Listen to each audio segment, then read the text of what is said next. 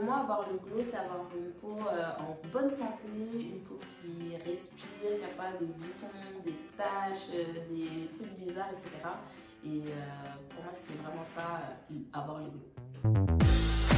Le rapport avec la peau a changé depuis que j'en prends soin, parce qu'avant c'était vraiment une relation, on va dire conflictuelle, parce que j'avais beaucoup de boutons. Et même si j'avais pas de boutons, j'avais des traces qui restaient, donc c'était vraiment dans un bad mood, on va dire, au niveau de ma peau. Et c'est vrai que maintenant, avec la routine que j'ai beaucoup moins de boutons, la peau elle tire moins, et donc du coup c'est beaucoup plus apaisé et je regrette pas du tout d'avoir fait cette étape. Effectivement, c'est vrai que par rapport à ma couleur de peau, je pense que j'ai pas forcément eu la même expérience que des personnes qui sont plus foncées, puisque c'est vrai que, comme vous voyez là, je suis assez claire de peau, mais je ne suis pas du tout métisse, mes deux parents sont noirs. Et donc, c'est vrai que j'ai un accueil, entre guillemets, où il n'y a pas ce truc de d'où est-ce que je viens, ou est-ce que je suis vraiment française, etc. Et du coup, il y a des discussions qu'il n'y a pas et qui facilitent les choses.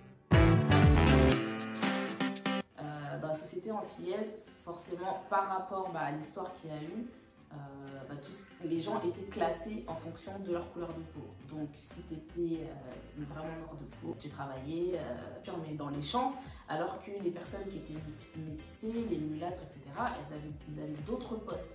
Et donc déjà la société, elle était créée avec des strates où en fonction de ta couleur de peau, tu étais plus ou moins haut dans la chaîne de hiérarchie ou plutôt bas dans les sévices que tu pouvais subir. Donc forcément ça reste, et puis dans la société c'est la couleur de peau. Par exemple, il y a une expression quand on dit qu'on a la peau chapée, c'est rentrer dans le vocabulaire comme si c'était une couleur, mais c'est pas une couleur, c'est chapé du mot échapper, en fait échapper à la couleur noire.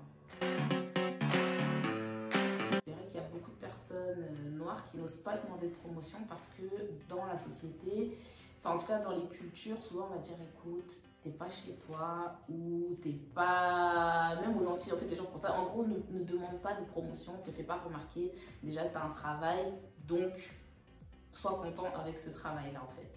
Et ça, je pense que ça a ses racines dans une histoire raciste en fait, hein. On ne peut pas utiliser d'autres mots, qui font qu'il y a ce genre de messages qui sont transmis, de ne pas faire de vagues, de ne pas se faire remarquer, etc. Alors que c'est tout le contraire de ce qu'il faut faire en entreprise, puisqu'il faut se montrer, il faut faire sa promotion, son marketing, et même quand on n'est pas entrepreneur, on doit se vendre au sein d'une entreprise.